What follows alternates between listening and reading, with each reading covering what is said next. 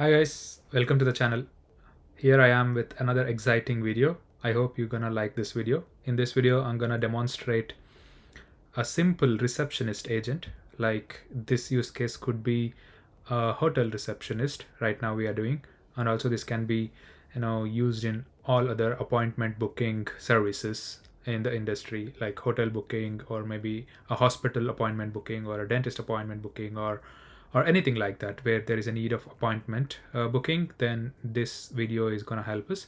The purpose of this video is to give a real world use case of how to use LLM and agentic AI to see some tasks which has been used in a real world. Before starting, I want to give a quick demo of this video because maybe someone who is not into coding and want to just see what it is and then decide they may get or take any of my consulting services. For them, I'm going to give a quick demo of this video in the beginning itself, and then we can go to the actual coding.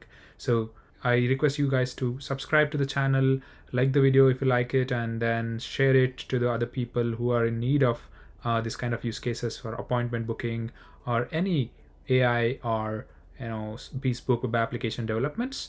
And here again, let's go. Okay. Hello, I am your hotel reservation assistant. Great, I'd be happy to help you with that. Could you please start by providing your full name? My name is Vinay. Nice to meet you, Vinay. Could you please let me know your check-in date? 21st of September 2025. Great, Vinay. I've noted your check-in date as 21st of September, 2025. Could you please let me know your checkout date? 23rd of September 2025. Could you please tell me how many rooms you would like to book? Guess I need 2 rooms. Great choice, Vinay. How many guests will be staying? We are 4 people. Could you please let me know if you have any special requests for your stay? We need an airport pickup. I have the following data. Name, Vinay. Check-in date, September 21st, 2025. Checkout date, September 23rd, 2025. Rooms, 2. Number of guests, 4. I also have your special request, which is airport pickup. Do you confirm the details and booking sat yes or no? Yes, go ahead. Great, your booking is confirmed. Enjoy your stay. Boom. Okay, everybody, let's start the hotel receptionist project right now. So simply, what I have done so far is I just created a folder called hotel receptionist tutorial for you guys. So the first things first, as I always mention, once you start a project, I want you to create an environment, a virtual environment.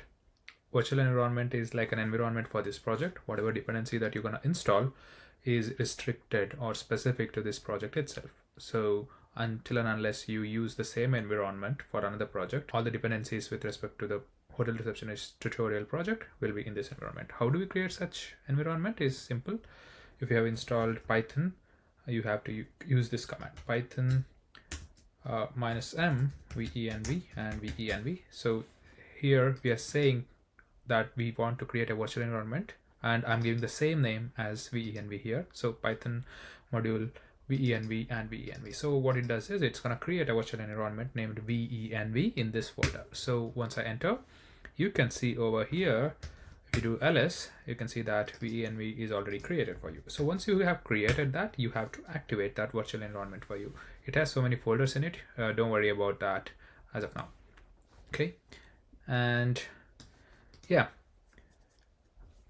so we have to activate that. How do we activate that? Source, this is the command, venv bin and activate.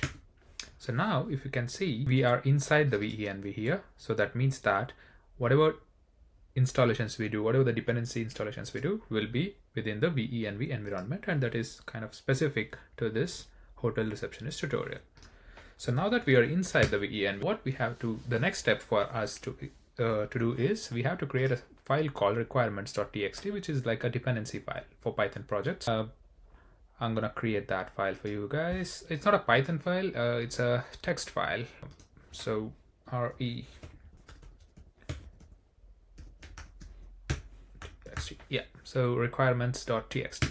So why do we need this file is whatever the dependency that you're gonna install in here has to be present in there. So if anyone gonna clone my repo, which I'm gonna upload to the GitHub, will have to download this, and this requirement.txt will tell them that these are the dependencies required to run this project effectively or successfully. So the first library that we're gonna install is this one. Let me get that for you. We need speech recognition, Pydantic, and some of the libraries. So as you know, in this project we're gonna use OpenAI and we're gonna use Pydantic. Pydantic, I'll tell you going forward why do we need that.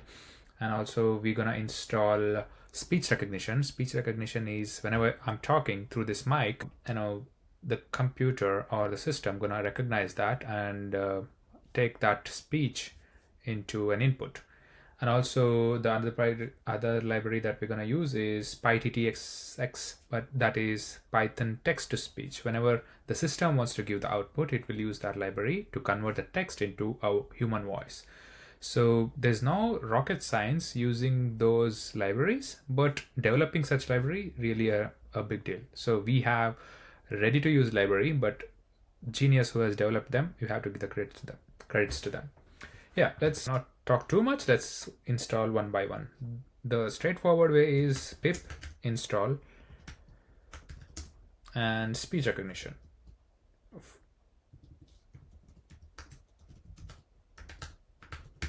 So this is the library we're going to use. All right, speech recognition. You have to make sure that you will be in the VENV folder. So yeah, we are installing speech recognition. This is a straightforward way, just installing speech recognition library in our VENV. But what I like to do is I'm going to copy this speech. I'm not installing yet. I'm going to copy this and place it in the requirements.txt. So as I said, whoever gonna pull my repo or clone my repo in the Git, they could just use this requirement.txt to install all the libraries needed for this project. And after that, what we're gonna do is OpenAI. We're gonna install the OpenAI library, which is Python package that OpenAI provided for Python development. And also, OpenAI. And also I'm gonna use PyTTSX, that is like a Python text-to-speech library that we're gonna need. And what else I need? I think I'd need a Pydantic. Yeah, Pydantic. It is more of a schema library that we're gonna need, and then I think that is it. OpenAI, Pydantic, PyTTSX, speech recognition, and Python. Yeah, those are required. Okay, we might need one more thing. The Python .env. This is just to have our env files. So what are the requirements, or when you buy an API, they will give a key for that, and those keys has to be kept secretly, and we shouldn't be pushing that to Git or anywhere publicly. So what we do is we use .env files and keep those secrets in there. So to read those values into our project, we need a library called python.env. So now that I have listed all the required libraries, what I'm going to do is, instead of pip install the library name, I'll just tell pip that you just install everything available inside the requirements.txt. So pip install -r, that is read whatever is there in the requirement.txt. Now if you see over here, it will start installing all the libraries that's there in the requirements.txt for you.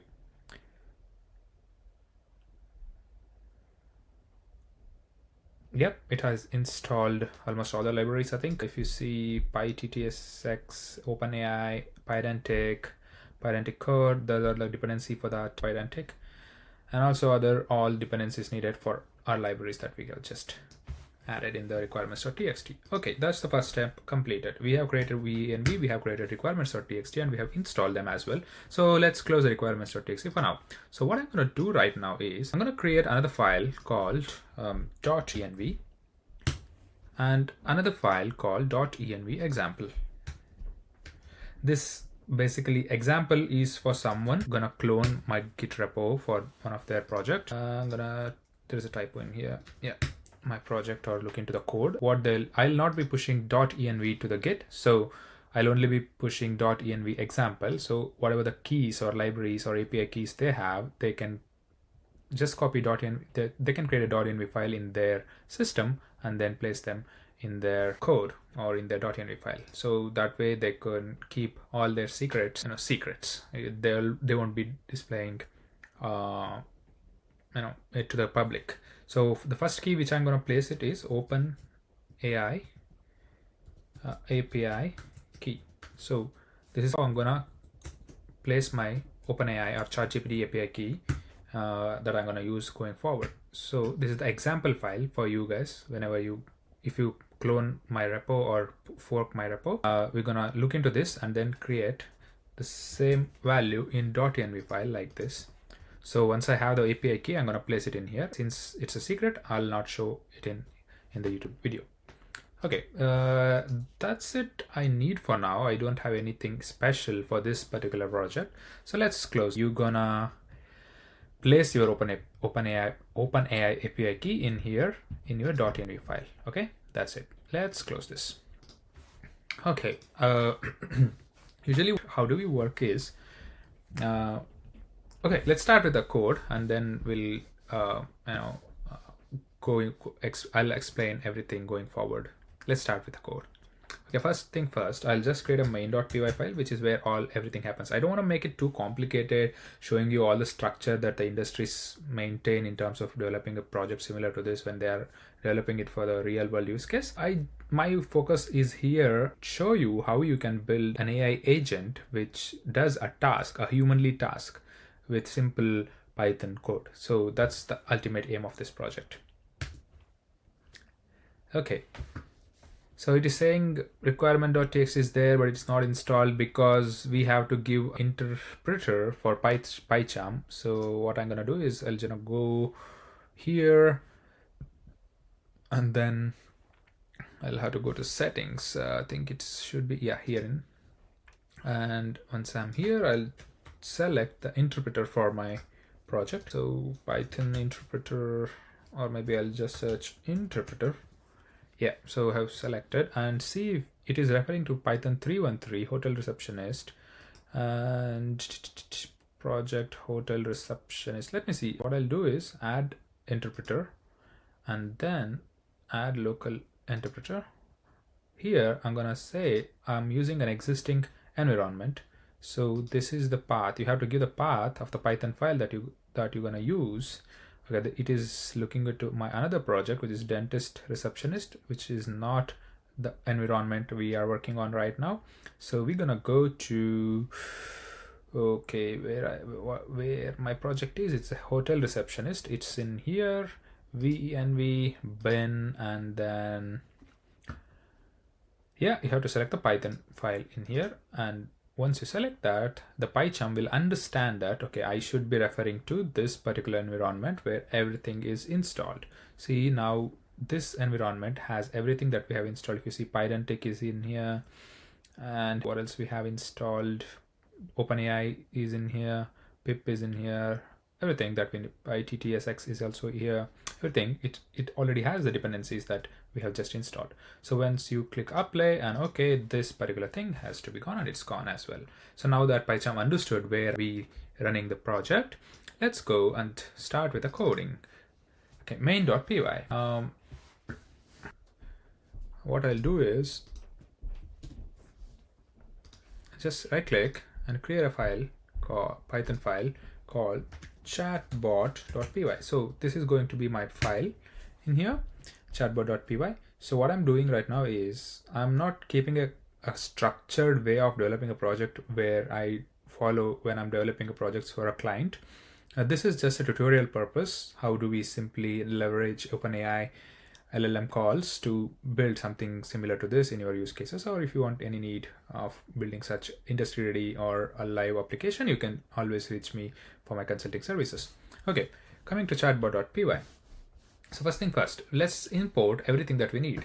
All right, what all we need is, let's import everything that we need. So first thing first, we need library, which is inbuilt library, import OS.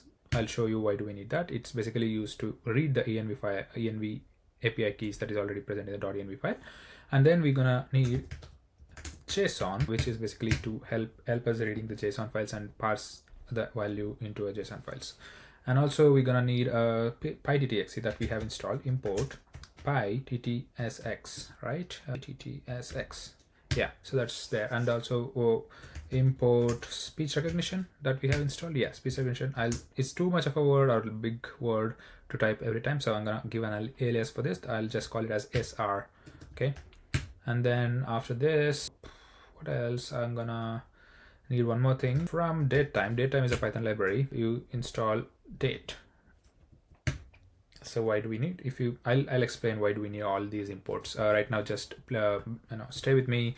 These libraries we're going to use in this project. Okay, also need one more library, which is load.env that we have installed, right? From .env import load.env. As the name says, it is used to load the API keys from the env file. So you have to call this way. First you have to load everything in the env file, and then you have to fetch that value within the .env file to a variable. So I'll just say open, I will keep it as uppercase, OpenAI API key equal to os.get env. So this is why we need os library in here. Loads everything into memory from the .env file, and the os.getEnv will just fetch whichever the library is available in the memory and place it inside a variable. And the name of that env file, if you go to the example, is the same as this. So just copy and place it in here. So the value, whatever value that .env file has against this API key, will be loaded into this variable that we just created. Okay, now that we have loaded a OpenAI API key, we have to create a OpenAI client, right? OpenAI client is used to call any OpenAI library.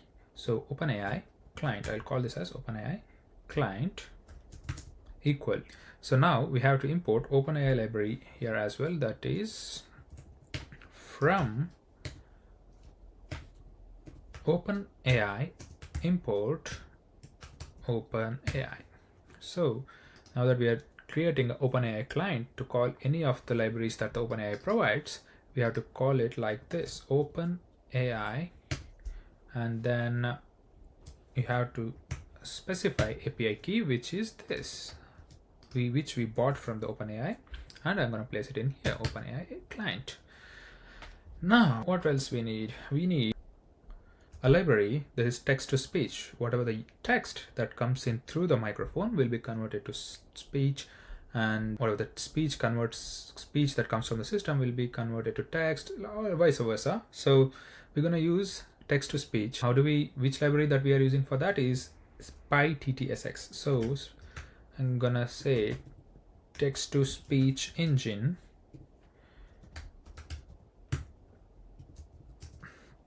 pyttsx, and then init.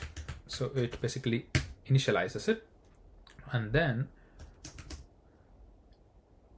I'm gonna use R speech recognition dot recognize. So both the libraries, one is text to speech, one is speech recognizer, will be installed here. SR dot recognize. Yeah, SR is already a library. Okay, so we need these two files, these two lines in here, because one is TTS engine, text to speech engine, another one is speech recognition. Whatever the speech that comes to the microphone will be converted. Initialize TTX and speech recognition. Right.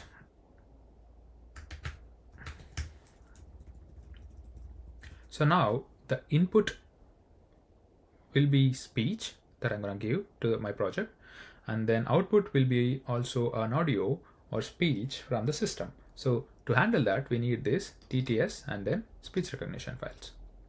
Now what we need is a method which speaks. If you give a text to that method, it should speak in audio. So we need a method, and that method is speak. All right, so speak will take text input, and I'll mark that as a string, so it will only accept string input. And then speak, basically what it does is it converts text to speech, right?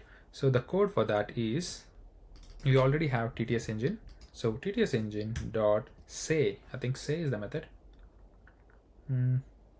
Yeah, you have to pass a text that you have called with the speak method, and that it will say it in speech. So now TTS engine dot run and wait. So you have to call this way. This is syntax of TTS engine to use speech. So and now next method is going to be its opposite. Now the text is converted to speech, and we need another method which is listen, which kind of reads your voice input and converts it to text, right? So the above method is text to speech, and this is speech to text method.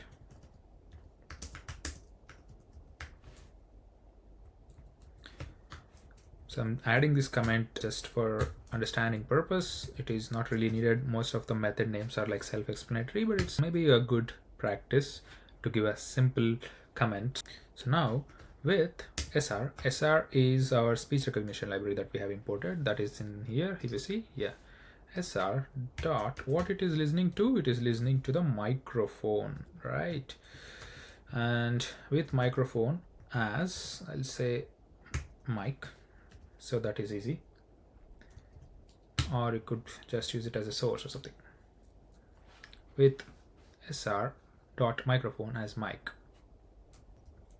Now I'm going to use another library that it provides, R dot adjust for ambient noise, right? Sometimes when there is a noise when you are talking to the microphone, so it basically avoids such noise, and it just adjusts itself for the noise and extract the microphone audio and then extracts the text for you, right? Yeah. So adjust for ambient noise, mic dot duration. And if you go it in here, and if you see the duration, they should have explanation about this. The duration parameter is the maximum number of seconds that it will dynamically adjust the threshold for before returning. This value should be at least 0.5 in order to get a representative sample of the ambient noise. Okay, so basically it will just try to adjust for the noise for 1 second. Okay, this is the method. Then we need our audio. How do we get the audio? Audio equal to R dot, I think it has a listen method, and where it is listening from, it is listening from the mic. So that's what we need. And next, okay, the next step, what we're gonna do is we're gonna get the user input, right? It has to listen to speech and then convert it to user input to a text. So what I'm gonna do is the R, which is like our speech recognizer, dot, I'm gonna use something called recognize Google.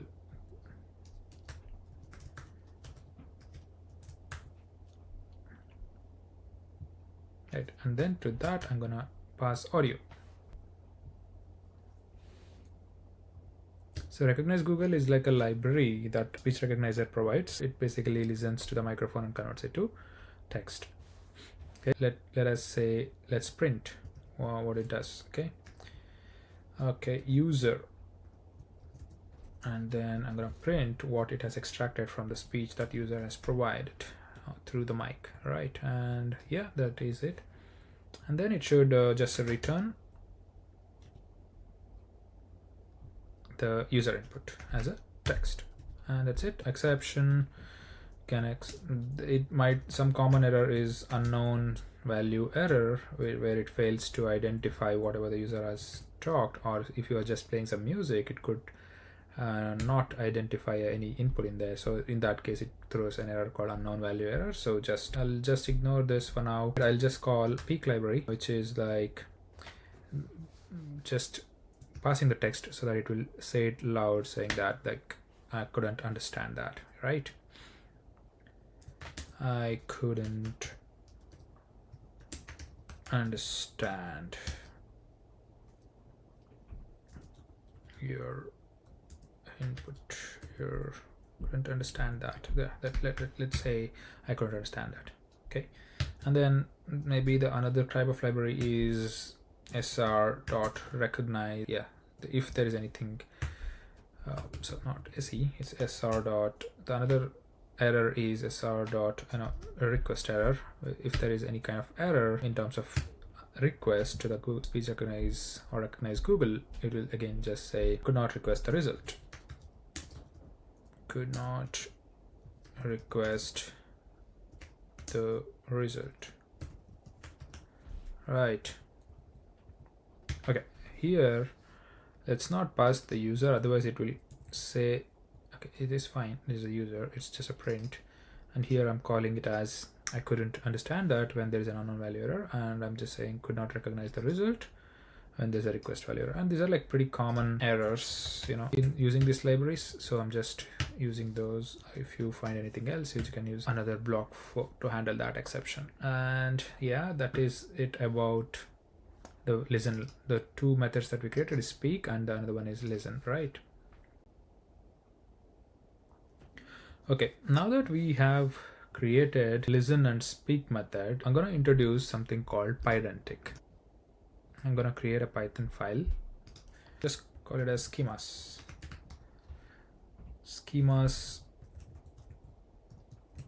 and this is a Python file. So now in the schemas, I'm going to import from Pydantic, import base model. So what it does is, it's a, you know, schema is making, it's a typing library. It helps to validate the input to follow particular structure.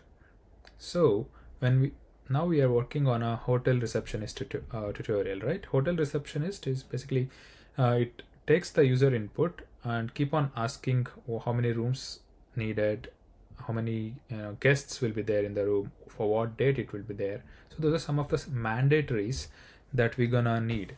To make that user input is structured, we use something called Pydantic, and the schema that we're gonna define for that is class hotel booking and base model, right? So this is the schema that we're gonna need, and that is represents a hotel room booking, right? Represents hotel room booking. So first thing first, while booking the hotel, what is needed? Name of the customer, I'll say full name, and what type it should be. It should be string, right? Okay, name, there's a typo, and the string should be something called field, and this field is already there in the Pydantic. I'm gonna copy that. So field, and whatever it comes with, let it be, and then I'll just give a description, and description is hotel guest name, right? And then check-in date,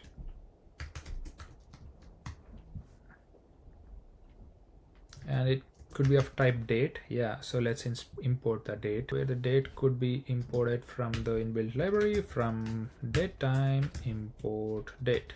Yeah, so and then make this as type date, so it makes sure for what date user is trying to book. It's also a field, and the description is the check-in date for the hotel, what it could be, and then checkout date. So user might be looking to stay for 1 day or 2 days or 3 days, we don't really know. So we're gonna use is another field, which is mandatory field, so checkout date. That is also a type date, and then field, let it be however it comes, and then description is equal to checkout date, date of the hotel.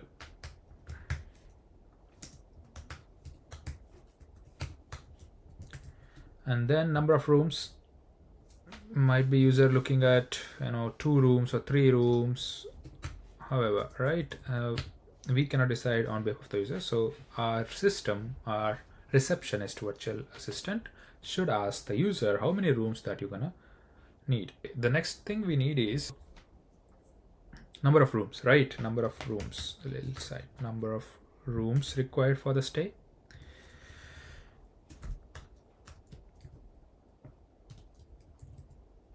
And let this be integer. I mean, con int, it's like a strict, like con int is conditionally integer. It cannot be a, in Python, if you just put one in a string, it converts that into a string and then all that. So con int, what it does is it just strictly takes a number or integer input. So it should be greater than or equal to 1, right? User shouldn't say 0, right? So that's why we use number of rooms on the con int. We may also look for number of guests, right? Rooms can be plural, so number of guests. And I think this can also be con int, and at least one guest should be there to stay in the room. Yeah. And is there any special request that user has, right? User might need a wheelchair assistance, or he might need a pickup from the airport or somewhere, right? So all that, is there a special request that hotel owner should address? We can take that as a special request and put it in the special request field. And is also string, and I'll just use this field as well. And then description equal to special user request. Yeah, so I'll just stick with this for now. Do you think anything required? I think full name is there, check-in date is needed, checkout date is needed, number of rooms is there, number of guests is there, special request is there, payment done or prepayment, hotel, all that can be added, but I don't want to make it complicated. Let's see how it works for now. Okay, full name is mandatory, check-in date is mandatory, checkout date is mandatory, number of rooms are there, how many guests are staying in the rooms, and special request, right? Okay, this is the schema. So how our agent gonna work is, it will always look, whenever it is asking questions to the user, it will always look at this schema, how it is filled. Is the full name provided by the user? Yes. Then it might ask what is the check-in date and what is the checkout date, and it might ask for how many rooms that you need, how many guests will be staying, and is there any special request that you address or pass the information to the hotel owner or something like that. So it will keep looking at it until and unless this particular these data is provided by the user. It won't confirm to the user that your booking is done, right? So this is like a schema. This is structured input that we need. So let's import that schema from schemas, import, what is the name, hotel booking. So this is the schema that we're gonna use. We have speak method, we have listen method. Now let's look into the actual code of booking it. Okay, book hotel room. This is not, now what we need is we have to start with the logic to book a room through our voice assistants, right? So we'll create a function. Let's assume our voice assistants has everything that we have asked for in as we represented in the schema, like name, check-in, check-out, number of rooms, number of guests, and special requests. Everything is there. So in that case, how it should behave. So it should just confirm once, like all these details. It should say it loud to the user, saying that I have all these details. Would you like to confirm booking? And if he say yes, then go ahead and store it in our database, which is like Excel, right? So now I'm gonna create that book hotel room. So this method, what it takes is booking data. And that booking data should be of type hotel booking that we have created right here, right? It has full name only. It takes this type of data. It is like a type, making sure that whatever the LLM is inputting should be of type hotel booking. It should have only these values, nothing else, nothing less, nothing more, right? So this is why Pydantic is basically used. And then I'm gonna just put a string here, like that explains what it does. It does simulates booking hotel room with extracted data Yeah.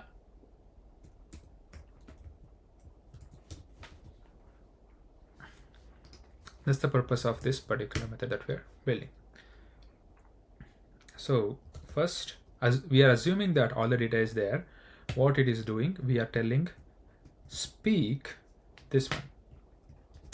I have the following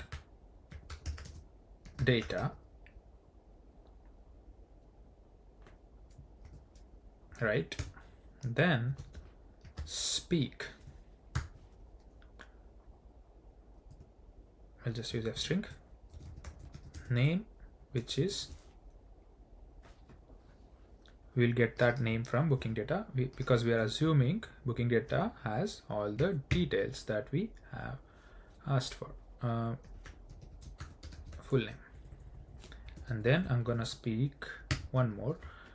We are just making sure, like, this is the name and this is the check-in date. So just copy the same thing, check-in date. Copy pasting, especially referring to an existing model, is ideal. Just we don't type any typos, mistakes. And checkout date,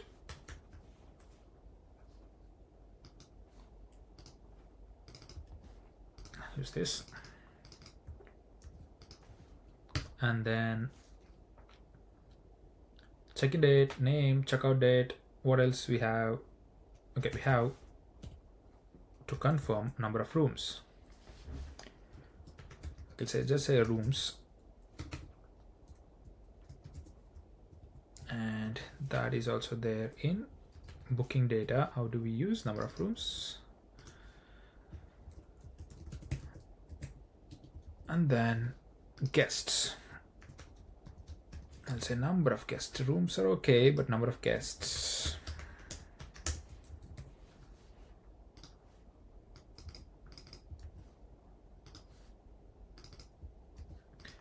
And if there is a special request, so this should be a condition, right? If user has provided any special request, then we should be saying something else, or saying based on the condition.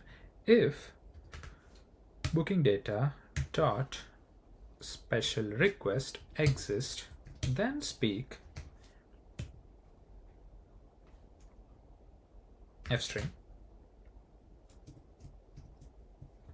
I also have your special request, which is this one.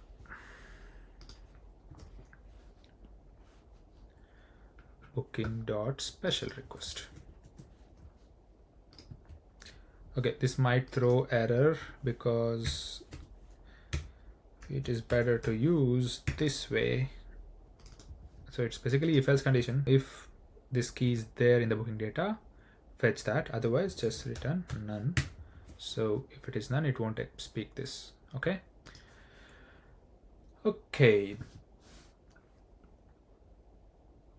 So now what we have said, we got the booking data and we are saying back to the user, I have the following data: name, check-in date, checkout date. I have, say for example, my name. Okay, I have following data: name Vinay, check-in date maybe 21st of September, checkout date maybe 23rd of September 2025, and then rooms, number of rooms, I might need 1 rooms, and number of guests maybe just myself. So it will just repeat everything for the user, and then if there is any special request, if I provide it, and then it will speak that to the user. So now what I have to do, I have to ask him, do you confirm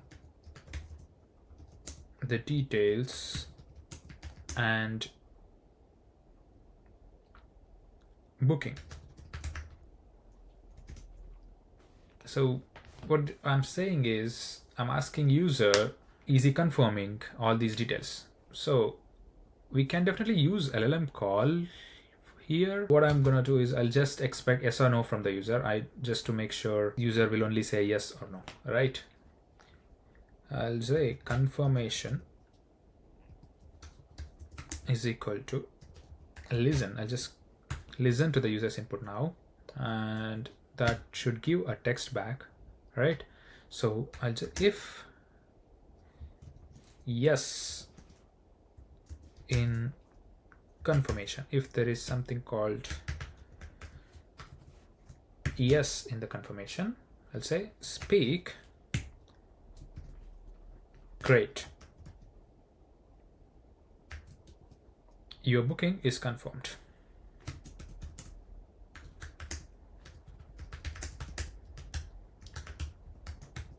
Right. Enjoy your stay. Maybe.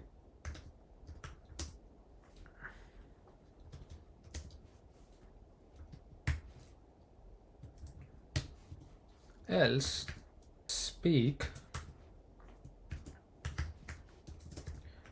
Let me start again.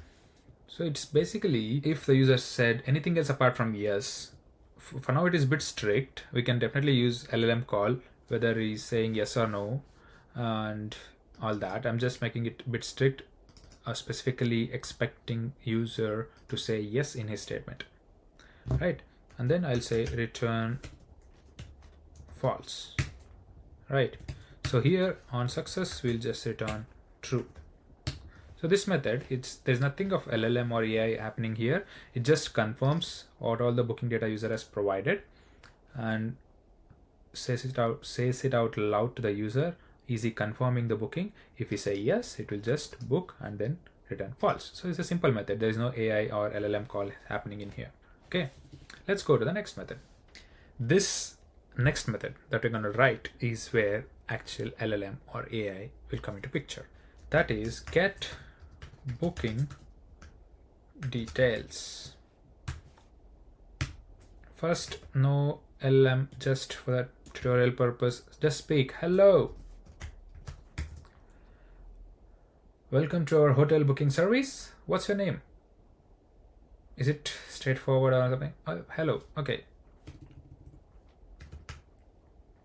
I'll say hello. I'm your hotel reservation assistant. I'll say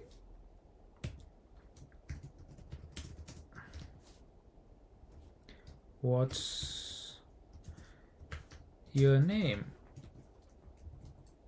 So basically what he's doing is hello. Whenever we run the script, first thing it will ask is hello. I'm your hotel reservation assistant. I'm glad you're here. Tell me what's your name. So once it asks that question, we have to, I'm assuming whatever user says is the name of the user, right?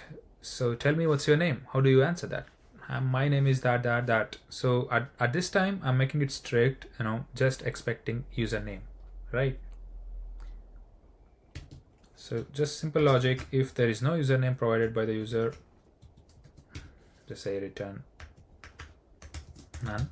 Okay. And then we have to start using the LLM code. So we have to write some prompt to the LLM now. Messages. Let's say first prompt is we have to say to the OpenAI like what is the role. OpenAI has 3 roles, maybe more than that I guess, but I'm aware of like 3 roles which are really needed. One is system role.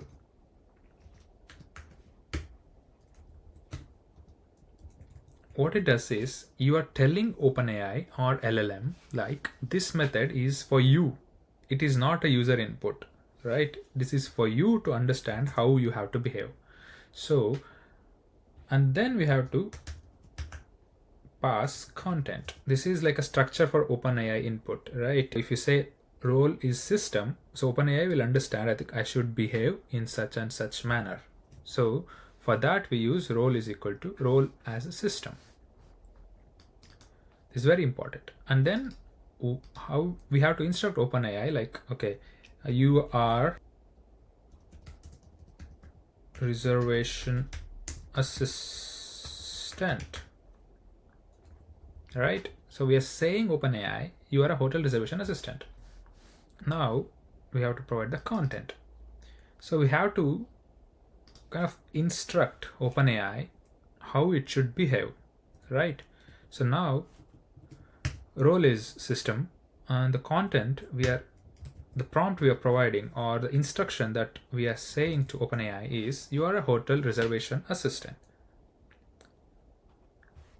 I'll say, if you say polite, you are a polite hotel reservation assistant. I'll just give a space. Your primary goal is to ask the user the booking details.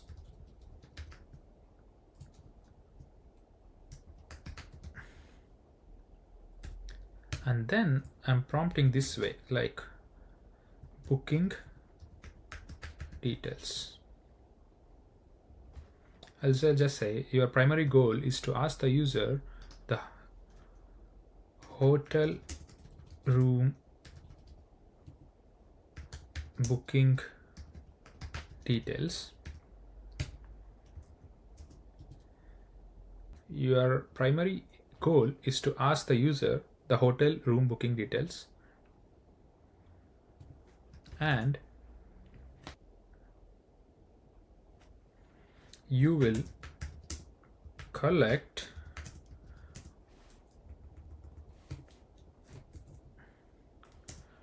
all the required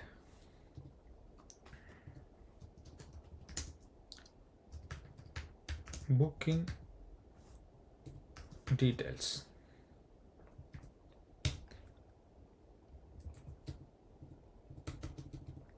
First one is name,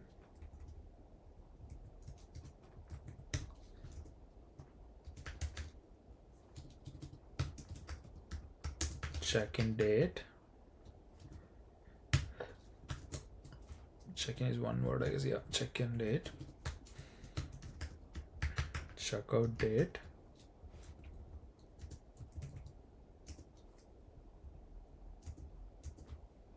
and then check-in date, check-out order, number of rooms, number of guests,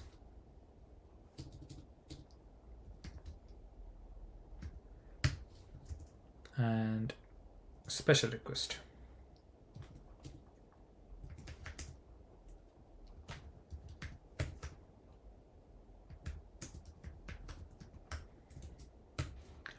Okay, the prompt I'm giving is, you are a polite hotel reservation assistant. Your primary goal is to ask user the hotel room booking details.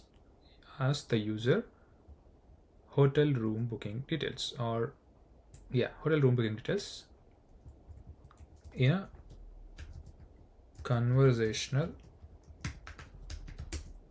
way. And you will collect all the required booking details as below.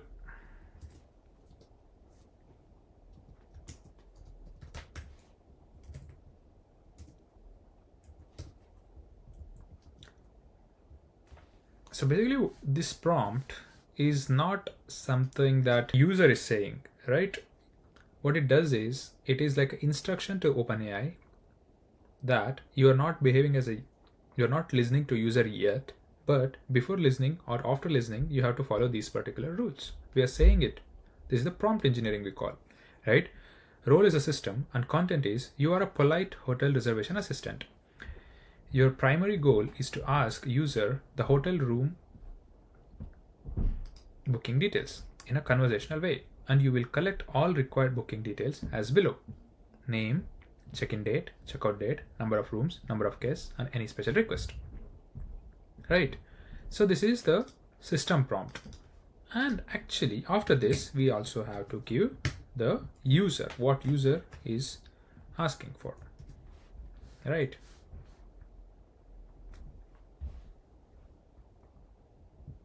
You have to say user role. So now this is user part. We are not going to give everything as is, so we're going to expand user's query, right?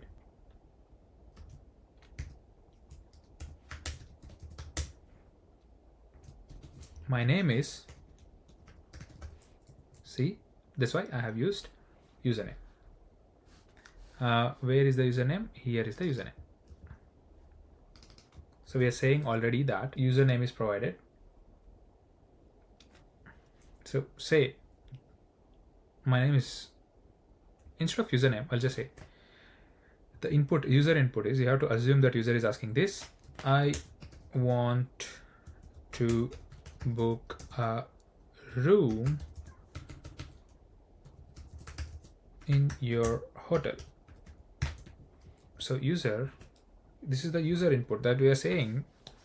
Role, when we say role as a system, it is like a instruction to OpenAI, and when you say role as a user, it is like a user input to the OpenAI. Like it assumes that user is asking, I want to book a room in your hotel, right? So, and then the conversation starts, because first we have to ignite the conversation. While true, this means like an infinite loop. Try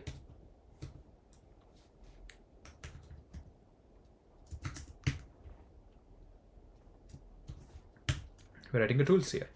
So what are tools? I'll explain what are tools.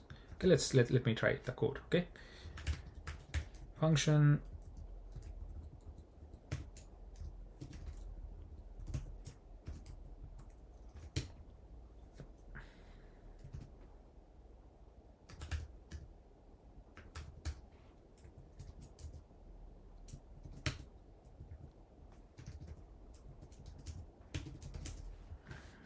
function should be somewhere here. Get booking details.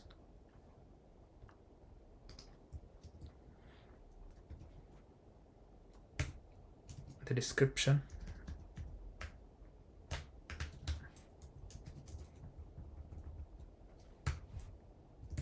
This description is very important, because this describes what this particular method, get booking details, does, right? So we have to give this description in a proper manner. This method, hotel room with a provided data, right? And then what are the parameters? Does it have any parameters?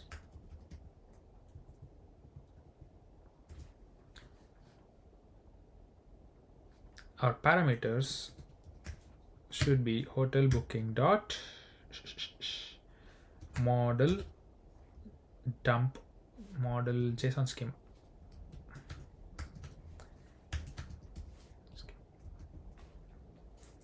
So there's a comma missed here. Okay, so model, this is our schema. If you go in here, this is our full name, check-in date, everything to be discussed.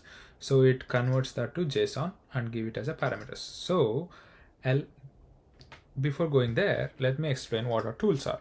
See, tools are the tools given to the LLM or OpenAI, right? If you want LLM to refer to this particular tool at certain time, it will call this method. So here you can assume LLM will call this method only when it has all the parameters that we have mentioned here. So when it has all the parameters, it will call this get booking details, which does what? It does books a hotel room with a provided data. Once LLM feels that all the data needed for this tool is there, this function is there with him or LLM, it will call this tool. And how it calls the tool, it is the LLM's headache. You don't have to worry. It will decide itself. It will think and look into the data it has, and then compares the parameters that you have provided. If it feels like it has all the data, then it will call this particular function. Like you can go ahead and book the room for the user. Right, now we have created the prompt, we have created the tools. Now that we have all our prompt created and we have our tools created for the OpenAI, let's call OpenAI and give these information to the OpenAI. All right, let me copy these tools and place it outside the while loop, so we don't have to repeat the function stacking. And then now let's start calling OpenAI with the tools and the prompts. Okay, let's start calling OpenAI with messages, which are our prompts, and tools, which is like a resource for OpenAI. Okay, how do we call that? So we have to call this with our OpenAI client, which we have declared above, and chat dot completions dot create. So this is OpenAI's API, which helps you to call OpenAI LLM. So I'm going to use OpenAI has multiple models you might be knowing. So I'm going to use GPT-4o, right? It has GPT Turbo 3.5 and all that. I'm going to use GPT-4o. So, and then messages equal to, what are the messages? We have just created a messages. That's our prompts. Here we are using two roles. One is system and one is user. System is like instructing OpenAI, and role user is like input to the, that's the input to the user, right? And that's the message.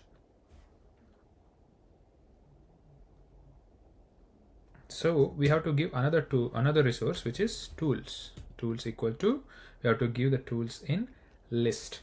It's already there in the list, so we'll put it in the list. So this is not the only tool you have to give, right? You might be having one more tool, to have a canceling agent, booking canceling and everything. For now, we don't have much time to explain all the complete use case in a real world scenario. I'm just using the booking detail agent, right? So tools is also provided, and then messages is also provided, and the model is also mentioned. And yeah, tool choice equal to auto. So what it does is we are letting OpenAI know you can choose the tool whenever you feel that tool call is required, right? So after all this, it will give a response. So we'll keep that in the responses variable. All right. Okay, now what is the OpenAI responded with? Response message. So response dot choices, and I'm just extracting the first element. It's like a list that it provides. Response dot choices.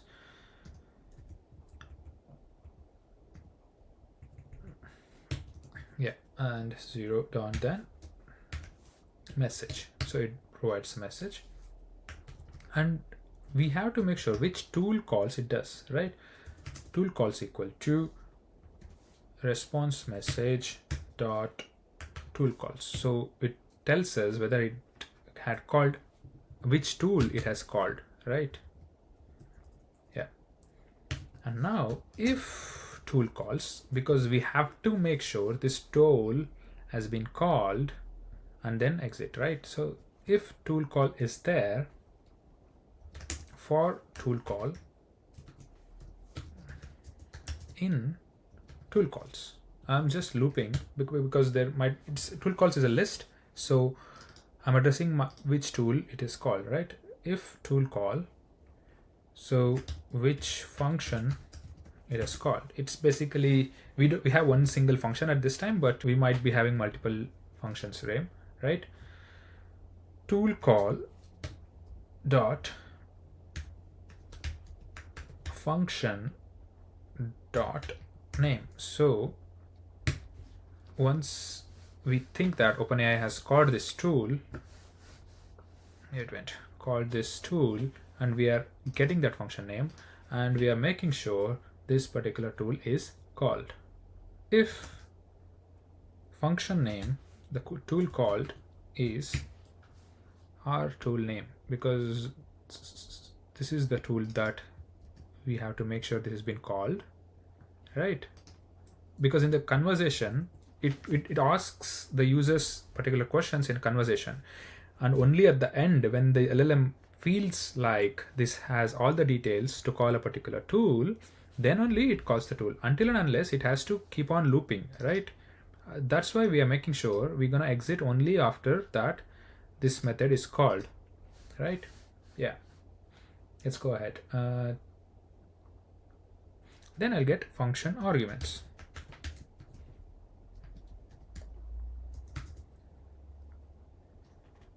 We have JSON dot load s tool call dot function dot arguments. So tool call, the tool that it has called, and the function, the name we have fetched with a dot name, and the arguments that are there we are fetching with a dot arguments method. Right, we have got the name and the function arguments. So now we'll create another try catch block. Booking is equal to hotel booking. This is our schema that we have defined here. So hotel dot booking, and then we are passing all the arguments that we fetched from the LLM call, assuming that this has all the data in it, right? Once that is there, what we have to do? So we have to pass this argument to our method, which is get booking details, and the booking is in here. So what we are doing right now is, if you go to get booking details, book a hotel room, sorry, my bad. So it's not a get booking details, it's a book a hotel room is the method that we are using, and we have to call this method with all the booking details that it has provided, right? So what we did so far is we called OpenAI, and also in the tools we have to mention this. Okay, book hotel room is the method that handles booking the data. So we have to call this method when the OpenAI has all the data for us, right? How do we make sure the OpenAI obtained all the data that we have requested? So if you see OpenAI chat.completion.create, we have mentioned messages, we have mentioned a tool, and we have told OpenAI like you have to ask this data, right?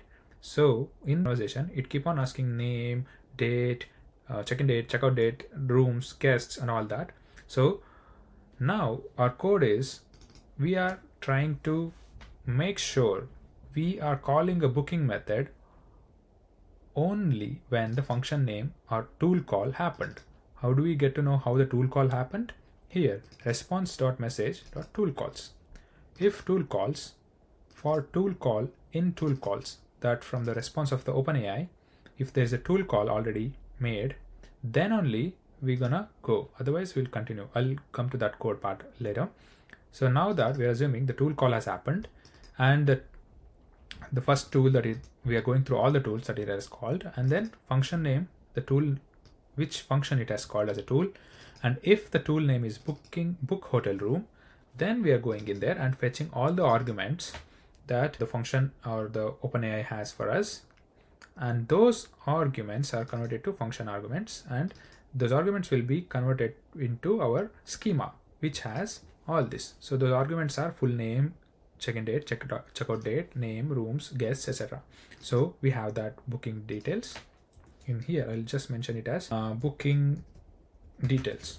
So now that we have booking details, book a hotel room, and booking details is here, right? If it returns true, right? If the booking hotel room returns true, what it does, it just confirms everything. It says, I have these many data for you. And if there's a special request, it will check and speaks for that as well. And it will ask whether you confirm. If he say yes, it will return true. Otherwise, it will fall. So I'm just using that method return, what it returns as a if condition here. So if it is true,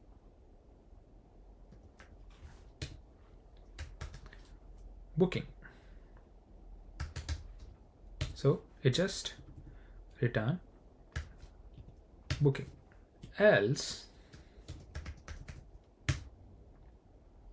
messages dot clear. Whatever the message we have earlier, we'll clear them, and then messages dot append, we will append another entry to that, which is role of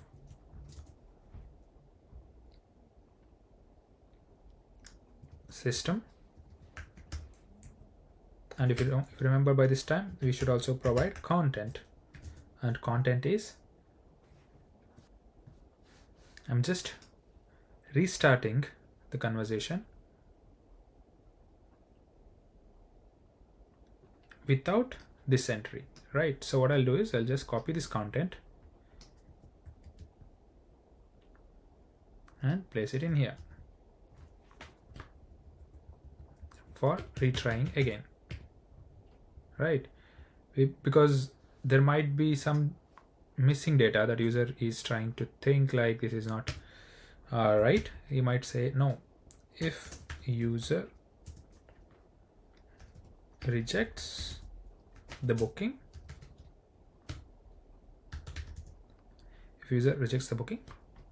restart the conversation,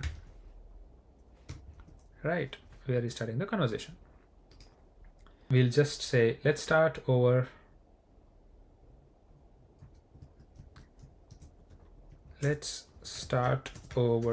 again. I'll say what's your name,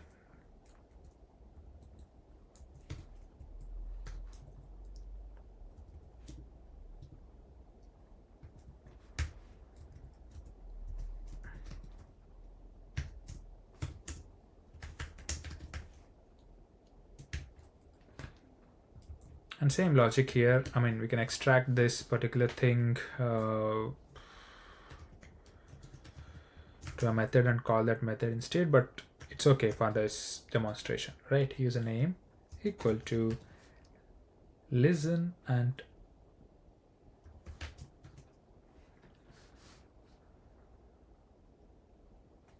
what's the name? The method is listen. Once the speak is okay, speak is not returning anything, so listen will listen the username, and then if username is this, and then we have to append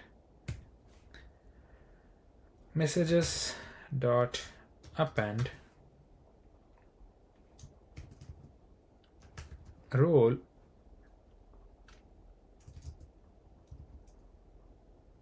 again here, user role, right? And then we have to give the content, and this time I'll specifically mention the user name. My name is this one, which is user name, and I want to book a room. Okay, here this is messages dot append. If there is no username, for now we'll do nothing, we'll just say return none. Okay, goodbye. Speak. Okay, goodbye. Right. And then what else? We have had our try block. We have to end our try blocks, and it is in here.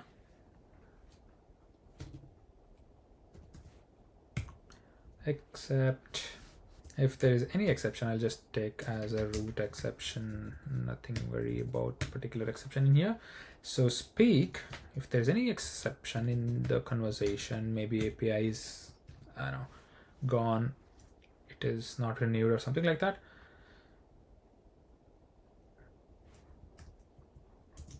I'm missing some information.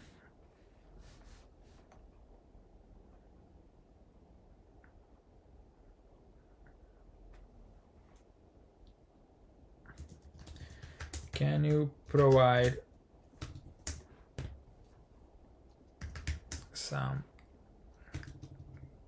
your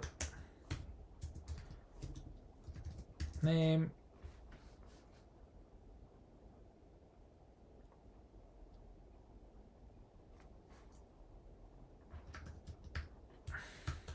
check-in date,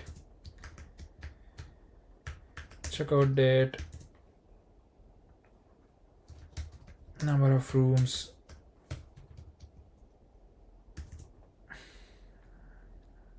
checkout date, number of rooms, and then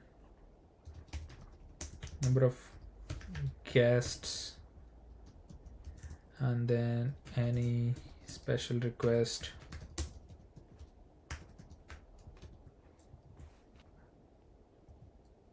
All right, so I'm just picking out if it happens only if there is any exception inside in here, and then I'm gonna append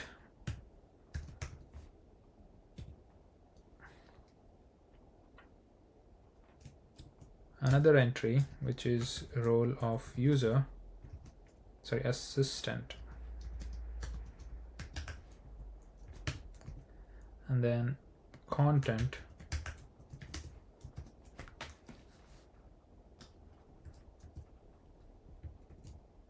I'm missing some required information. Can you provide full name, check-in rooms, and number of guests, and all that? Okay, you don't have to worry about it. It's just handlings in a hard-coded way to get all the details, right? Now, user response. We are trying to get everything in one shot here, which is not really an AI or agent way of doing things, but it is just handling it in the exception. If user response equal to listen, we are trying to get the user response. Okay, we did that. If user response, we'll update messages dot append, and role here is user, because we tried to get the request directly in one shot. Role here is user, and then content, we have to say content is equal to user response, as is assuming that user has responded whatever you need in one single shot. So these are like assumptions. They shouldn't be there in the real world applications, but it's okay for this particular video, right? Perfect. Now that we have handled the exception, we missed something, I guess. If there's a tool call of this, then we handled, and this exception is handled, and we didn't handle the else block.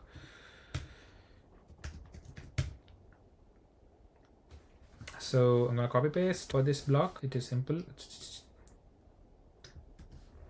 If there is no tool handling happened yet, response message dot content, whatever the user assistant, and speak what the LLM has responded during the conversation. We are just speaking that, and then user response, we are expecting user response from him, and then I'll say listen, and if there is user response, I'll mentioning it as user, and then sending that as a user response to the messages, and then speak. If there is no user response yet, then I'll just asking I'm unable to continue, goodbye, and none. That's it. For whatever reason, right? And this try catch also has to be. So this try catch is handled here. An error occurred. Please try again. Okay, that's it. So this is what it is. Let's try to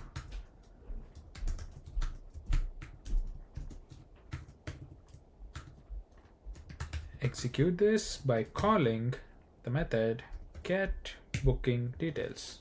Okay, I'll just go through this code once again with you guys as a summary. Okay. Yeah, the first method, what we did is we obtained all our API keys and loaded it in a variable, and our OpenAI client, that is OpenAI, we passed the API, and OpenAI client is obtained in this variable. TTS engine, that is text to speech engine. R is like speech recognizer, and then speak is a method which takes the text and converts it to a voice. And then listen is a method, keep on listening to a microphone and then converts that into text that we can process, right? And then we have created the actual method which has the booking details in it. And once that is, it just confirms everything, whether user is okay to go ahead and book. And the get booking details in here, this is where actual LLM happens. Like we'll start with, hello, I'm your hotel reservation assistant, tell me what's your name, and username, assuming that user will respond with the username or his name or her name. And then we call the prompt, we created the prompts. One is a system prompt, one is a user prompt. In the system prompt, we try to tell LLM that you have to behave in so and so manner, like you are a polite hotel reservation assistant and you are looking to ask data for a hotel reservation or a room reservation in a hotel, and these are the data that you should be asking, and check-in name, checkout date, number of rooms, number of guests, and all that, right? And the tools is here. What tool? Why do we need tools? Is we are giving a resource to the LLM, like once you have all this data, you can decide to call this tool. So this tool will be called by LLM, which is book a hotel room, which this one confirms the user, right? And coming back to the actual LLM response, we are running it in a while loop, so conversation keeps on happening. So first thing, we have mentioned the GPT-4o model and the messages that we have, like system messages and the user messages, and then we called responses.choice with the messages. That's like OpenAI library. This is how we have to deal with them. And then these are the tool calls. If there is a tool call happened, then we looped into all the tools it has called, and then we added a condition like, is this the tool that we are, it is the LLM call, does the LLM called our own tool that we have defined? If that is true, then we went into getting all the arguments, and those arguments should be this our schema, which is there in our schema. And once the booking details is provided, we'll just confirm that with the user, like these are the booking details I have, do you gonna go ahead and book or something like that, right? That will return the booking details. And then it basically, after that, if the booking, it continues the response like, you are a polite hotel reservation assistant, your primary goal is to all that. If the booking details is not confirmed by user, we'll attempt one more time to get the user details for the booking details. If there is any exception, we just try to ask everything in one shot from the user, and we don't have to worry about, I don't think we'll be getting any exception. Even if we get, we'll fix it, and then we'll go ahead. So now that the get booking details is there, it has given all the data to us. So booking data, right? We'll see now how it works, right? Okay, first things first, I'm gonna place my OpenAI API key in the .env file. Let's start running this. Fingers crossed.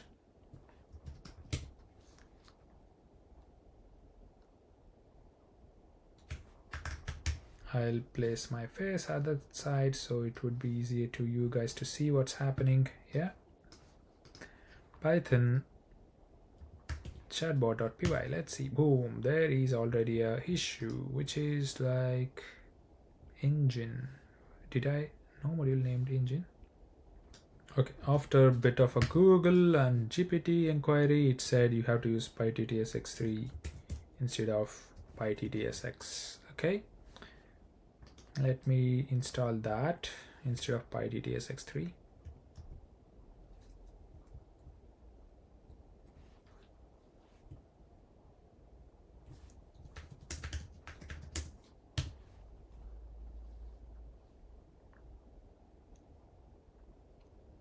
Seems like we have used PyTTSX, and instead we should have used PySX3. It's installing. Looks like it has so many dependencies in it. I think we should be fine now if we use PyTTSX3. Let me go ahead and use this in here, so we should be fine. Perfect. Okay. This one. Okay, PyTTSX3 is installed. Let's see Python chatbot.py. Hello, I am your hotel reservation assistant. Tell me, what's your name? Vinay.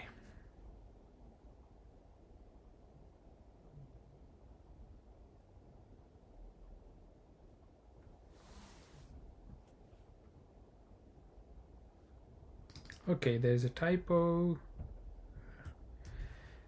We have used something different. So yeah, recognize Google. Okay, it didn't respond well. Let me debug it live with you guys. What's happening? I think what's happening is username is not being listened properly. Hello, I am your hotel reservation assistant. Tell me what's your name. I'm Vinay. Oh, see this? The username is none. And let me add a debugger here. Print no username provided.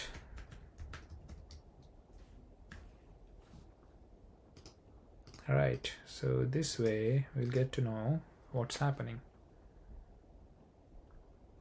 I'll just say print listening so it's easy for someone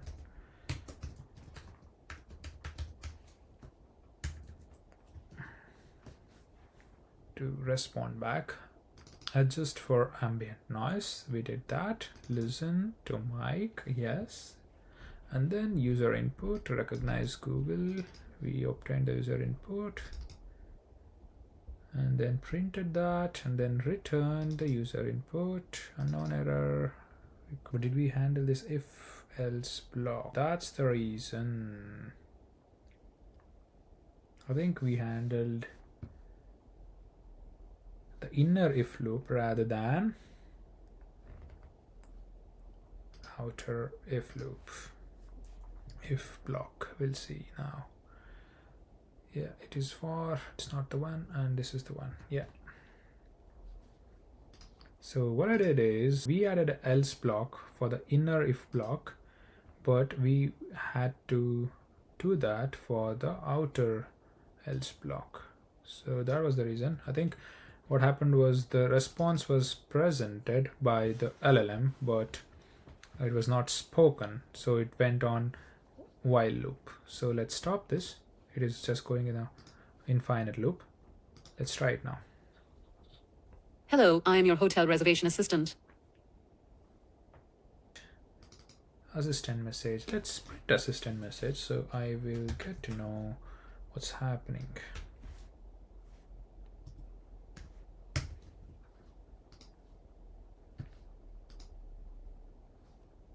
Hello, I am your hotel reservation assistant. Tell me what's your name. Vinay.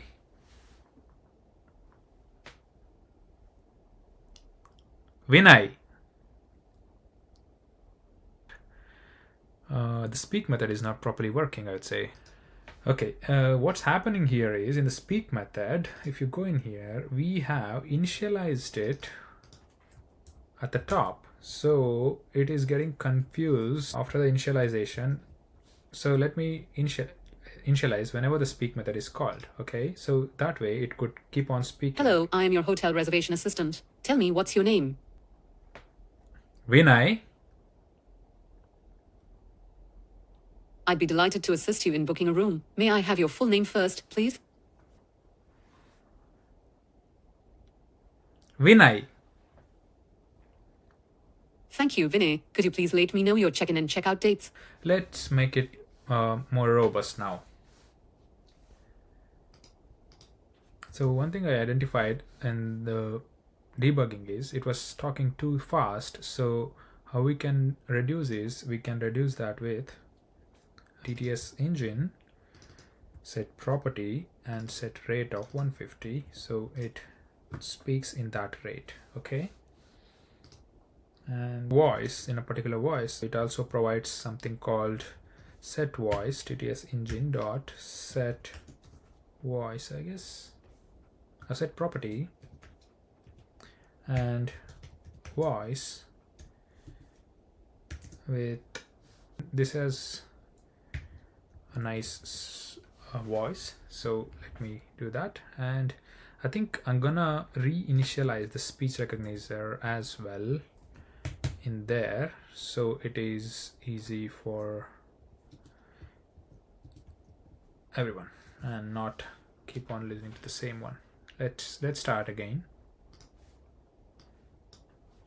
Hello, I am your hotel Oh, reservation it's too assistant. slow. I'm gonna Tell stop me. this now. It's 150 is too slow. 150. Hello, I am your hotel reservation assistant. Tell me what's your name. Vinay. I'd be happy to assist you with booking a room. Could you please provide me with your full name? Vinay. I couldn't understand that. I am unable to continue. Goodbye.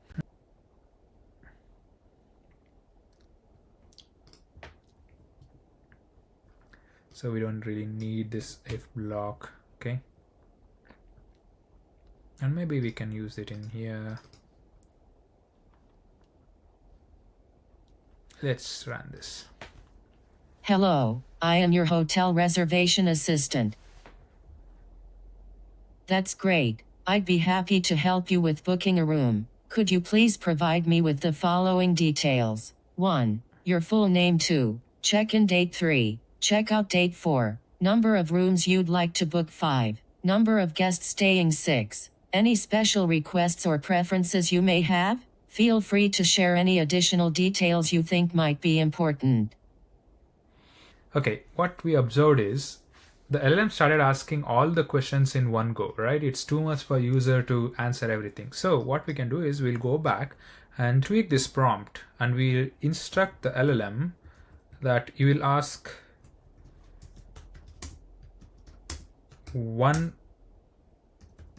detail at a time. Don't ask everything once. So this is like a prompt engineering. You will go listen, you evaluated the response and you made a decision like LM is asking too much to the user, so you came back and tweaked the prompt, and now let's see how it kind of works. I'm gonna make it as 160 so it's not going to be too slow. Okay. Hello, I am your hotel reservation assistant. I'd be happy to help you with that. Could you please provide me with your full name for the booking? Vinay. Great, Vinay. Could you please provide the check-in date for your stay? 21st of September. Great, thank you, Vinay. Can you please let me know the checkout date? 23rd of September. Great, Vinay. You plan to check in on the 21st of September and check out on the 23rd of September. How many rooms would you like to book? 2 rooms. Could you please let me know the number of guests for your stay? 4 guests. Could you please let me know how many guests will be staying? 4.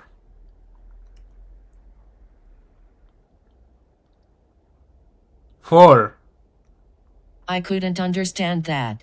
I am unable to continue. Goodbye.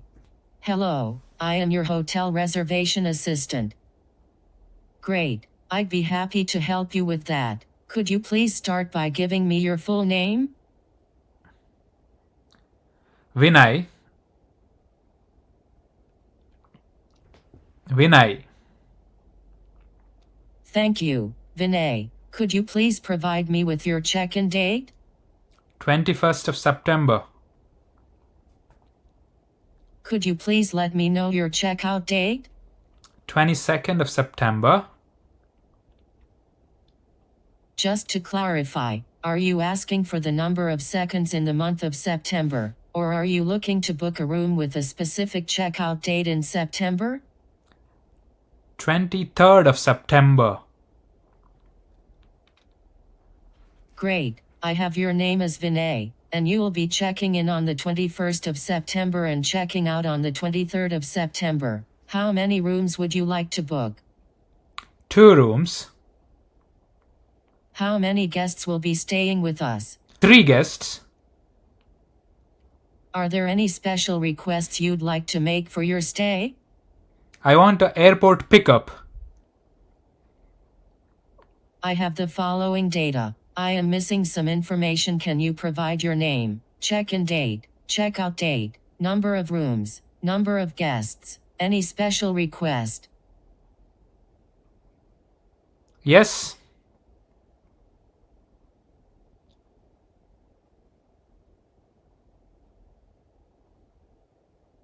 I couldn't understand that. Okay. It started asking the details one by one, right? But in the middle, some exception had came in. We'll see how do we deal with that exception. I'll put a debugger. Okay, this is an error occurred. This is fine. There might be an exception in here. I'm missing some required information. Okay, what is that?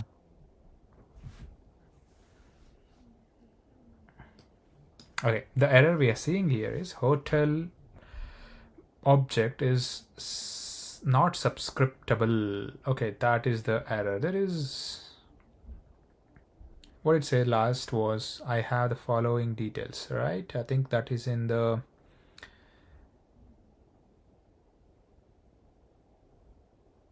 hello, I'm a resolution assistant is fine, and I have the following data. It started giving, and then here I shouldn't have been using the subscriptable like this. We should be using the dot operator. So this is pretty common Python mistake most of us do, but it's fine. We can just go back, put it in there. We don't really need this one as well.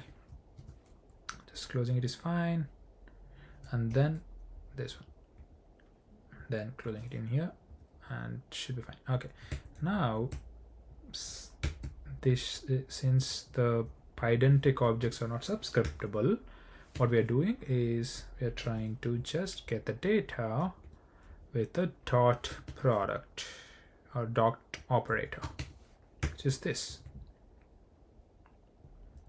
and booking data dot guests. Okay, so now it should say, okay, this shouldn't be there, so we'll just use this. The same subscriptable issue that we have seen earlier.